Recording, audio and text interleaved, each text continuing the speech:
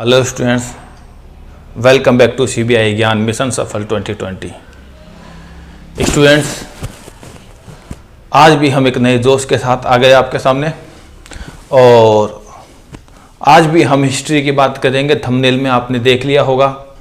आज हम मौर्य वंश और गुप्त वंश की बात करेंगे और आज के क्वेश्चन भी काफ़ी इंपॉर्टेंट होंगे। आप काफ़ी वीडियो देखते हैं तो ये क्वेश्चन जो मैं आपके सामने अब ला रहा हूं, पहले की जैसे स्क्रीन पे आपके क्वेश्चन आते रहेंगे, मैं आपको आंसर बताऊं उससे पहले ही आपका आंसर आ जाना चाहिए। लेकिन अब जल्दी ही आपके बहुत सारी एग्जाम होने वाली हैं, तो उन एग्जाम के लिए मैं आपसे कहना चाहूँगा कि हिम्मत न हारें, मेहनत करते रहें। हदे शहर से निकली तो गांव गांव चली, कुछ यादें मेरे संग पाँव पाँव चली। सफ़र जो धूप का हुआ तो तजुर्बा हुआ, वो ज़िंदगी ही क्या जो छाँव छाँव चली। स्टूडेंट्स, इसलिए संघर्ष तो आपको करना ही पड़ेगा और संघर्ष से बिल्कुल भी न डरे। तो आज मैं आपको मौर्य वंश गुप्त वंश के इंपॉर्टेंट क्वेश्चन की चर्चा करूँगा। तो आपके सामने क्वेश्चन नंबर 1 आ गया होगा। तो क्वेश्चन नंबर 1 है, बिंबिसार किस वंश का शासक था? बिंबिसार किस वंश का शासक था? ऑप्शन 1 हर्यक वंश, ऑप्शन 2 शिशुनाग वंश, ऑप्शन 3 नंद वंश, ऑप्शन 4 मौर्य वंश। बताएं स्टूडेंट्स, जल्दी से बताएं इन चारों में से सही आंसर कौन सा है। देखना स्टूडेंट्स, यहाँ पर मैंने बिंदुसार नहीं पूछा है, बिंबिसार पूछा है। एक तो आप ये कंफर्म कर लेना एग्जाम में कि बिंबिसार पूछा है या बिंदुसार। मुझे अच्छी तरह से ध्यान है, 2003 में शायद राजस्थान पुलिस के एग्जाम में क्वेश्चन आया था कांस्टेबल में, और बहुत सारे स्टूडेंट ने गलत कर दिया था क्योंकि बिंबिसार और बिंदुसार में फ़र्क नहीं कर पाए थे। तो यहाँ ध्यान रखना, बिंबिसार किस वंश का शासक। तो यहाँ मैं बता दूँ, इस प्रश्न का उत्तर है बिंबिसार। उत्तर है ए हर्यक वंश का। बिंबिसार किस वंश का शासक? उत्तर है ए हर्यक वंश का। शिशुनाग जो है वो शिशुनाग वंश का। क्वेश्चन नंबर 2 स्क्रीन पे आ गया। बिंदुसार किस वंश का शासक? अब की बार यहां स्टूडेंट्स बिंदुसार है नहीं कि बिंबिसार है। बताएं स्टूडेंट्स, बिंदुसार किस वंश का शासक? ऑप्शन ए हर्यक वंश, ऑप्शन बी शिशुनाग वंश, ऑप्शन सी नंद वंश, ऑप्शन डी मौर्य वंश। बताइए बिंदुसार। बिंदुसार बिल्कुल आपका उत्तर सही आ रहा है, डी मौर्य वंश। मौर्य वंश। देखना स्टूडेंट्स, यहां पर ऑप्शन जो दिए हुए हैं आपके हर्यक वंश, शिशुनाग वंश, नंद वंश, मौर्य वंश, एक तो यहां वंश के काल क्रम के अनुसार ये क्रम सही है। सबसे पहले हर्यक वंश आया था, दूसरे नंबर पे शिशुनाग वंश, तीसरे नंबर पे नंद वंश, चौथे नंबर पे मौर्य वंश। यहाँ आपको याद रखना है कि हर्यक वंश का शासक था बिंबिसार, लेकिन बिंदुसार था मौर्य वंश का शासक। तो सही उत्तर है मौर्य वंश। तो देर न करते हुए क्वेश्चन नंबर 3, कालाशोक किस वंश का शासक था? कालाशोक। यहां पर भी ध्यान रखना है, अशोक नहीं कहा है मैंने, कालाशोक। बौद्ध संगीतिया भी आपसे पूछता है, प्रथम बौद्ध संगीति, द्वितीय बौद्ध संगीति, तृतीय बौद्ध संगीति। तो बताइए कालाशोक किस वंश का शासक था? ऑप्शन वो ही 4 ऑप्शन है, इन्हीं में से आपको बताना है। ऑप्शन 1 हर्यक वंश, ऑप्शन 2 शिशुनाग वंश, ऑप्शन 3 नंद वंश, ऑप्शन 4 मौर्य वंश। बिल्कुल सही है, आपका उत्तर आ रहा है शिशुनाग वंश, बी। बिल्कुल सही है, शिशुनाग वंश। शिशुनाग वंश। क्वेश्चन नंबर 3 के बाद आ जाइए स्टूडेंट, देर न करते हुए क्वेश्चन नंबर 4, अशोक किस वंश का शासक? बिल्कुल फिर वही 4 ऑप्शन है, हर्यक वंश, शिशुनाग वंश और नंद वंश और मौर्य वंश। बताइए स्टूडेंट्स, अशोक, यहाँ पर काला अशोक नहीं है, अशोक है। अशोक किस वंश का शासक? तो यहाँ पर हम कहेंगे डी, यानी कि मौर्य वंश का। आप लोगों ने नाम सुना होगा स्टूडेंट्स, सम्राट अशोक। अशोक का पिक्चर भी देखी होगी। तो अशोक के बारे में जो 14 शिलालेख मिले हैं, तो थ्योरी जब मैंने पढ़ाई थी तो आपसे चर्चा की थी, तो थ्योरी की मेरी क्लास देखना। तो आपको अशोक के बारे में सारी जानकारी मिलेगी, गुप्त वंश के बारे में, मौर्य वंश के बारे में सारी जानकारी मिलेगी। फिलहाल चौथे क्वेश्चन का उत्तर है मौर्य वंश, डी। देखना स्टूडेंट्स, 4 क्वेश्चन होने के बाद यहीं पर ही बात करते हैं क्वेश्चन नंबर 5। अच्छा क्वेश्चन है, स्क्रीन पे आ गया। चंद्रगुप्त मौर्य के गुरु का नाम क्या था? बहुत सारे स्टूडेंट गलत करेंगे। चंद्रगुप्त मौर्य के गुरु का नाम, अब आप मन ही मन, कोई तो बोल रहा है कौटिल्य तो कोई बोल रहा है चाणक्य, लेकिन ऑप्शन में तो है ही नहीं। Option A Vishnugupta, option B Vishnudatt, option C Vishnu Sharma, option D इनमें से कोई नहीं। बताएं। तो उत्तर सही आपका, जल्दी से जवाब दें। आपका सही उत्तर है विष्णु शर्मा नहीं। विष्णु शर्मा तो पंचतंत्र लिखा था विष्णु शर्मा ने। विष्णु शर्मा गुप्तकालीन था, ये मौर्य वंश की बात कर रहे हैं। चंद्रगुप्त मौर्य के गुरु का नाम था, सही उत्तर है ए विष्णु गुप्त। ध्यान रखना स्टूडेंट्स, विष्णुगुप्त, चाणक्य, कौटिल्य एक ही व्यक्ति के 3 नाम, तो यहां पर आपको कहना है विष्णुगुप्त। यहां पर मैं बता दूं स्टूडेंट्स कि चंद्रगुप्त मौर्य के गुरु का नाम था विष्णुगुप्त, चाणक्य, कौटिल्य। कौटिल्य ही एक छोटे से बच्चे को लेकर के आया था जिसका नाम था चंद्रगुप्त मौर्य। ये किस कुल का है ये कोई नहीं जानता, लेकिन बताता जाता है, इतिहास में लिखा हुआ है कि यह निम्न वर्ण से संबंध रखता है। कौन से वर्ण से? निम्न वर्ण से संबंध रखता है। तो यहाँ पर वर्ण आपको पता है, ब्राह्मण, क्षत्रिय, वैश्य और शूद्र। तो यह निम्न वर्ण, शूद्र निम्न वर्ण है, तो निम्न वर्ण से संबंध रखता है चंद्रगुप्त मौर्य। सेंडाकोटस भी जिसको इतिहास में कहा जाता है। तो यहाँ पर क्वेश्चन है आपके सामने 5 हुए। क्वेश्चन नंबर 6, चंद्रगुप्त मौर्य के दरबार में कौन राजदूत भारत आया? Very good. चंद्रगुप्त मौर्य के दरबार में कौन राजदूत भारत आया? हेनसांग नहीं, हैसे हेनसांग, हैसे हर्षवर्धन। तो हेनसांग तो हर्षवर्धन के समय में आया था, तो हेनसांग, हर्षवर्धन इसको तो हटाई दो। फायान, ये भी गुप्त काल में आया था। फायान चंद्रगुप्त द्वितीय विक्रमादित्य के समय में आया था, तो फायान भी यहां से हटा दो। अब बात करते हैं, यहां पर आपने नाम सुना होगा मेगास्थनीज, बिल्कुल नाम सुना होगा मेगास्थनीज की इंडिका पुस्तक का नाम सुना होगा। तो यहां पर सही उत्तर है डी, छठे में सही उत्तर है डी मेगास्थनीज, बिल्कुल सही है। तो अब बात करते हैं छठे क्वेश्चन के बाद क्वेश्चन नंबर 7, मौर्य वंश की जानकारी कहां से प्राप्त होती है? बताइए, मौर्य वंश की जानकारी कहां से प्राप्त होती है? बिल्कुल सही है। Option 1 Dipavamsa, option B Purana, option C Kalpasutra, option D Rajatarangini. बताएं सही उत्तर, जल्दी करें। देखना स्टूडेंट्स, मौर्य वंश की जानकारी पूछी है, कहां से मिलती है, कहां से नहीं मिलती। मौर्य वंश की जानकारी कहां से प्राप्त नहीं होती है? क्वेश्चन को ढंग से पढ़े। मौर्य वंश की जानकारी कहां से प्राप्त नहीं होती है? अभी मैंने बताया कि मेगास्थनीज की इंडिका, इससे तो प्राप्त होती है। विशाखदत्त का मुद्रा राक्षस, इससे भी प्राप्त होती है। तो यहाँ पर मौर्य वंश की जानकारी कहाँ से प्राप्त नहीं होती? ऑप्शन ए दे रखा है दीपवंश, बिल्कुल होती है, इससे पुराणों से भी मौर्य वंश की जानकारी प्राप्त होती है, कल्पसूत्र से भी होती है। तो सही उत्तर आएगा, बिल्कुल सही है, डी राजतरंगिणी। डी राजतरंगिणी, साथ में डी राजतरंगिणी। राजतरंगिणी यूनान वंश का शासक था कनिष्क। तो राजतरंगिणी में तो कनिष्क ने जो कश्मीर पर विजय प्राप्त की थी उसका उल्लेख है। तो यहां सही उत्तर आएगा राजतरंगिणी, 7 का डी। क्वेश्चन नंबर 8, 8वां क्वेश्चन है, डाइमेकस किसके दरबार में भारत आया? एक राजदूत था, मैं आपको बता दूं यहाँ क्वेश्चन में ही पता चल रहा है। डाइमेकस, डाइमेकस ये जो मेगास्थनीज था इसका उत्तराधिकारी था डाइमेकस। सीधी सी बात है, जब चंद्रगुप्त मौर्य के दरबार में मेगास्थनीज आया तो अगला शासक जो था चंद्रगुप्त मौर्य के बाद जो था बिंदुसार था।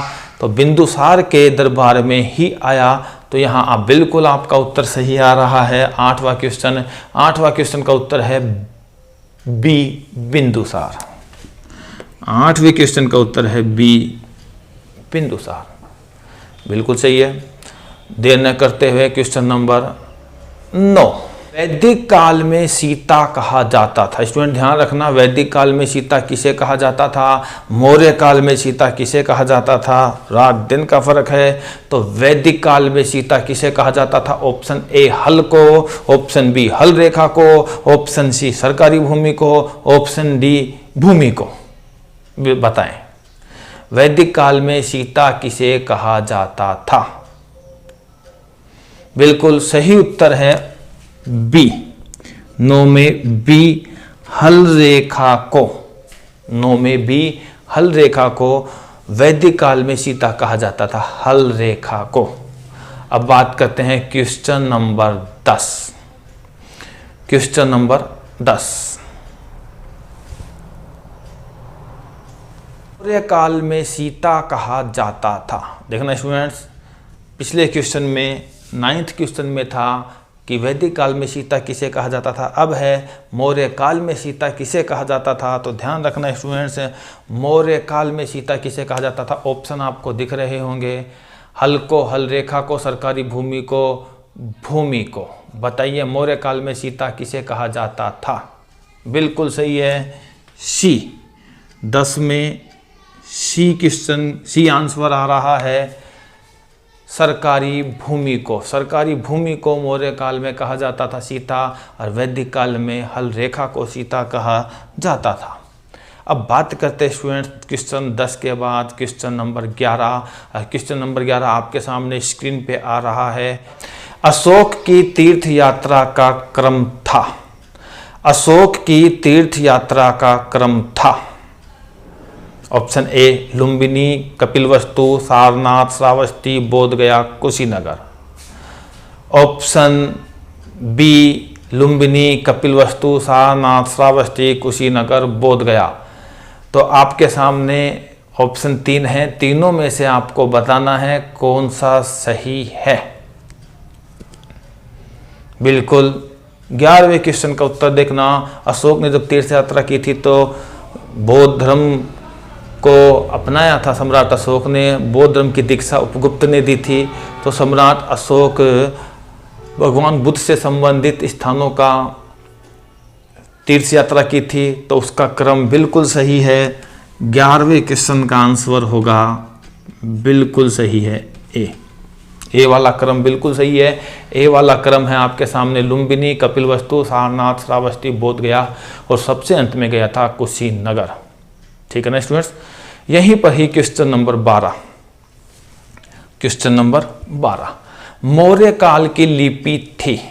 मौर्य काल की लिपि क्या थी? Option A Kharosthi, option B Brahmi, option C Aramaic, option D उपयुक्त सभी। बिल्कुल मौर्य काल में आपके उत्तर आ रहे हैं। मौर्य काल में ये सभी लिपियां चलती थी। सही उत्तर है उपयुक्त सभी डी। 12वें क्वेश्चन का आंसर है डी, बिल्कुल सारी लिपियां चलती थी।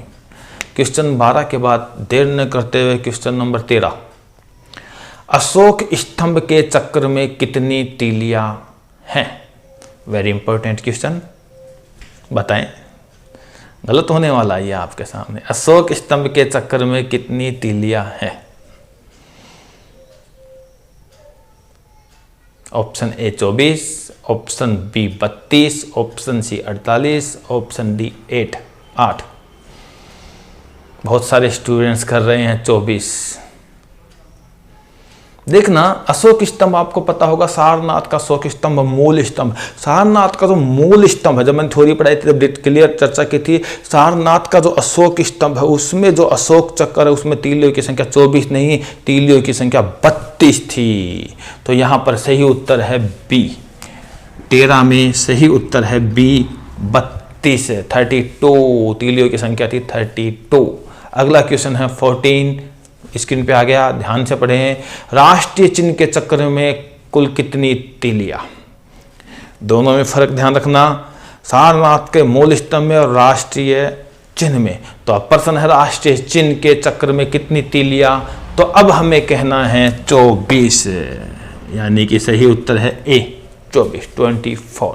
इनमें कंफ्यूजन दूर कर लेना स्टूडेंट्स। 32 कहाँ करना है? मूल स्तंभ में 32 करना है, और भारत का जो राष्ट्रीय चिन्ह है उसमें अपने को करना है 24। तो क्वेश्चन नंबर, देर न करते हुए आ जाइए, क्वेश्चन नंबर 15। अशोक स्तंभ के फलक में कितने जानवर? जो अशोक स्तंभ है, सारनाथ का अशोक स्तंभ है, अशोक स्तंभ के फलक में कितने जानवर? Option A 2, option B 3, option C 4, option D 5। Ashoka स्तंभ के फलक में कितने जानवर? देखना स्टूडेंट्स, फलक में पूछा है, अशोक स्तंभ के फलक में जानवर हैं, फलक में पूछा है स्टूडेंट्स। हाथी, घोड़ा, सांड और सिंह। देखना स्टूडेंट्स, ये 4 जानवर हैं। जैसे ही हमने भारत का राष्ट्रीय चिन्ह अपनाया यहाँ से, तो हमने साइड के 2 जानवरों को हटा दिया, अब बीच के 2 जानवर रखे। तो यदि आपसे चिन्ह में पूछे तब तो हम कहेंगे घोड़ा और सांड, लेकिन मूल स्तंभ में पूछे तब कहेंगे हाथी, घोड़ा, सांड और सिंह।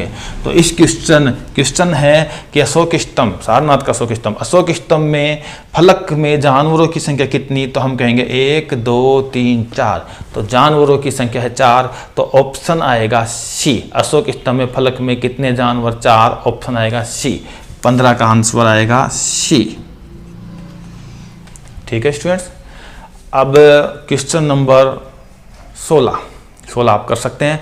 राष्ट्रीय चिन्ह के फलक में कितने जानवर? राष्ट्रीय चिन्ह के फलक में कितने जानवर? तो हम आसानी से कर सकते हैं।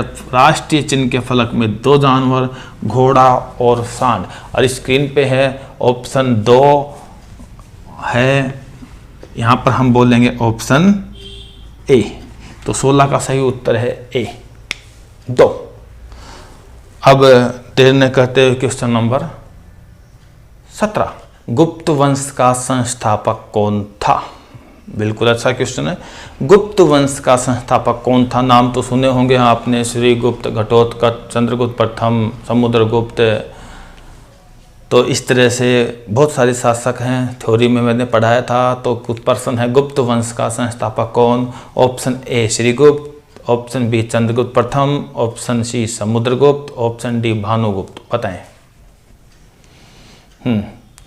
इस प्रश्न का सही उत्तर है श्रीगुप्त ए। 17 में सही उत्तर आ रहा है श्रीगुप्त ए। क्वेश्चन 18 बिल्कुल मिलता जुलता प्रश्न है। गुप्त वंश का वास्तविक संस्थापक कौन था? देखना स्टूडेंट्स, गुप्त वंश का संस्थापक श्रीगुप्त था। दूसरे नंबर फिर भी घटोत्कच आया, लेकिन यहाँ पर वास्तविक संस्थापक माना जाता है। वो किसे माना जाता है मैं आपको बता दूं। जो वास्तविक संस्थापक था उसने ही गुप्त संवत भी चलाया था और महाराजाधिराज की उपाधि भी धारण की थी वास्तविक संस्थापक ने। तो अब आपको बताना है गुप्त वंश का वास्तविक संस्थापक कौन? Option A Srigupta, option B Chandragupta प्रथम, option C Samudragupta, option D Bhanugupta. बताएं। बिल्कुल सही उत्तर है चंद्रगुप्त प्रथम। सही उत्तर है चंद्रगुप्त प्रथम बी। तो यहाँ पर 18 क्वेश्चन का उत्तर है बी, चंद्रगुप्त प्रथम गुप्त वंश का वास्तविक संस्थापक था। क्वेश्चन नंबर 19 में आओ जल्दी से। क्वेश्चन नंबर 19 स्क्रीन पे आ गया। वैदिक काल की सबसे छोटी इकाई बताइए क्या है? वैदिक काल में बिल्कुल ऑप्शन ए है परिवार, ऑप्शन बी ग्राम, ऑप्शन सी जन, ऑप्शन डी देश। वैदिक काल की सबसे छोटी यूनिट, सबसे छोटी इकाई बिल्कुल सही है ए परिवार। ए परिवार। तो 19 क्वेश्चन का उत्तर है ए परिवार। Question number 20। गुप्त काल की सबसे छोटी इकाई थी क्या थी? गुप्त काल की सबसे छोटी इकाई क्या थी? अभी पहले 19वें क्वेश्चन में पूछा था वैदिक काल की सबसे छोटी इकाई क्या थी, तो आपने कहा परिवार। तो बताइए गुप्त काल की सबसे छोटी इकाई क्या थी? ऑप्शन एक परिवार, ऑप्शन बी ग्राम, जन, देश। ये तो क्लियर है, परिवार तो हो ही नहीं सकती क्योंकि परिवार तो वैदिक काल की थी। तो गुप्त काल की सबसे छोटी इकाई थी ग्राम। बी, सही उत्तर है बी, ग्राम। अगला क्वेश्चन आ जाइए, क्वेश्चन नंबर 21। सिंधु सभ्यता थी, सिंधु सभ्यता थी वो कैसी थी? तो देखना स्टूडेंट्स, यहाँ क्वेश्चन ऑप्शन ए है ग्रामीण, ऑप्शन बी शहरी, ऑप्शन 3 जंगली, ऑप्शन 4 इनमें से कोई नहीं। देखना स्टूडेंट्स, आपने सिंधु सभ्यता के बारे में मैंने पढ़ाया था, नगरीय प्रणाली, नगरीय सिंधु सभ्यता। तो सिंधु सभ्यता नगरीय थी, तो यहाँ नगरीय को शहरी लिख रखा है ऑप्शन में, तो सही उत्तर है शहरी बी। सिंधु सभ्यता कैसी थी? शहरी बी। तो यहाँ पर 21 का उत्तर है शहरी बी। सिंधु सभ्यता कैसी थी? शहरी थी, बी।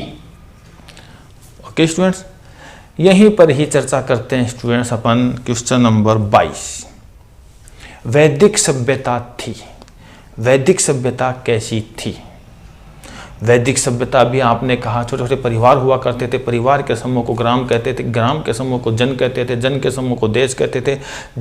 देश का एक मुखिया होता था राजन, राजा का पद एक पैतृक हुआ करता था। ऐसा हमने वैदिक काल में पढ़ा। तो प्रश्न है वैदिक सभ्यता कैसी हुआ करती थी? तो सही उत्तर है ए, ग्रामीण।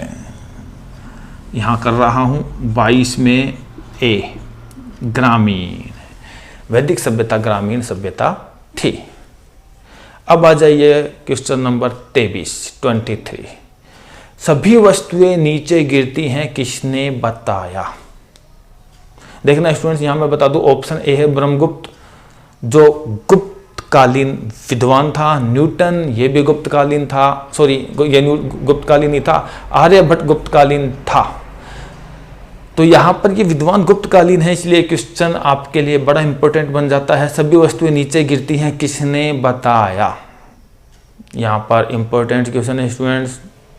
देखना स्टूडेंट्स, यहाँ मैं बता दूं कि सभी वस्तुएं नीचे गिरती है, बताया था ब्रह्मगुप्त ने।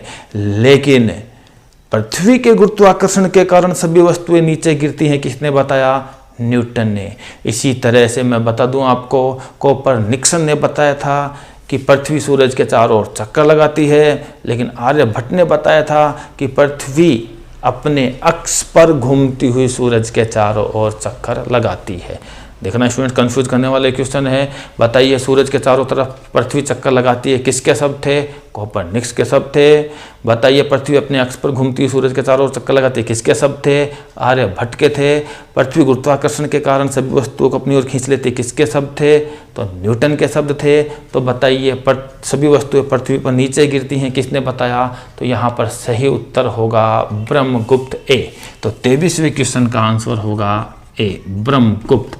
ब्रह्मगुप्त खगोल शास्त्री था, जो गुप्तकालीन था, ब्रह्मगुप्त। आ जाइए क्वेश्चन नंबर 24। गुप्त काल कहलाता है, ऑप्शन ए स्वर्णकाल, ऑप्शन बी पैराक्लीन युग, ऑप्शन सी क्लासिक युग, ऑप्शन डी सभी। बिल्कुल, गुप्त काल आपको मैंने पढ़ाया था, सबसे लंबी क्लास चली थी गुप्त काल की। गुप्त काल में बहुत सारी विशेषताएं मैंने आप लोगों को बताई थी। मैंने बताया था मंदिर निर्माण कला का जन्मदाता कौन था? गुप्त थे। गुप्त काल में ही सबसे पहला मंदिर बना था। गुप्तों की ही देन थी कोरवाहनी, मकरवाहनी। गुप्त काल में सबसे बहुत बढ़िया बढ़िया विशेषता थी, बहुत बढ़िया बढ़िया विद्वान थे, संस्कृत इनकी राजकीय भाषा थी। तो यहाँ पर आपको मैं बता दूं, इसलिए गुप्त काल को स्वर्णकाल भी कहते हैं, पैराक्लीन युग भी कहते हैं, और गुप्त काल को ही हम क्लासिक युग कहते हैं। इस प्रश्न का उत्तर आएगा 24 का सही उत्तर आएगा डी, उपयुक्त सभी। देखना स्टूडेंट्स,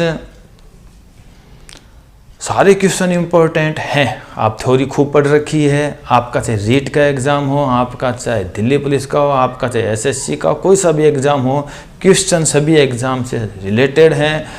आप स्वयं मूल्यांकन करना और बताना कि इन 24 क्वेश्चन में से बताना, बिल्कुल कमेंट बॉक्स में बताना कि आपके कितने सही ही आए। और बिल्कुल ये क्वेश्चन 24 क्वेश्चन को यदि आपने ईमानदारी से हल किया है तो आपके बहुत सारे कन्फ्यूजन दूर हुए होंगे। मैं आगे भी इसी तरह की वीडियो लाता रहूँगा। वे स्टूडेंट, नए स्टूडेंट जिन्होंने चैनल को सब्सक्राइब नहीं किया है तो सब्सक्राइब भी करें और बेल आइकन को भी दबाएं और ज़्यादा से ज़्यादा संख्या में शेयर करें। आज के लिए इतना ही, धन्यवाद।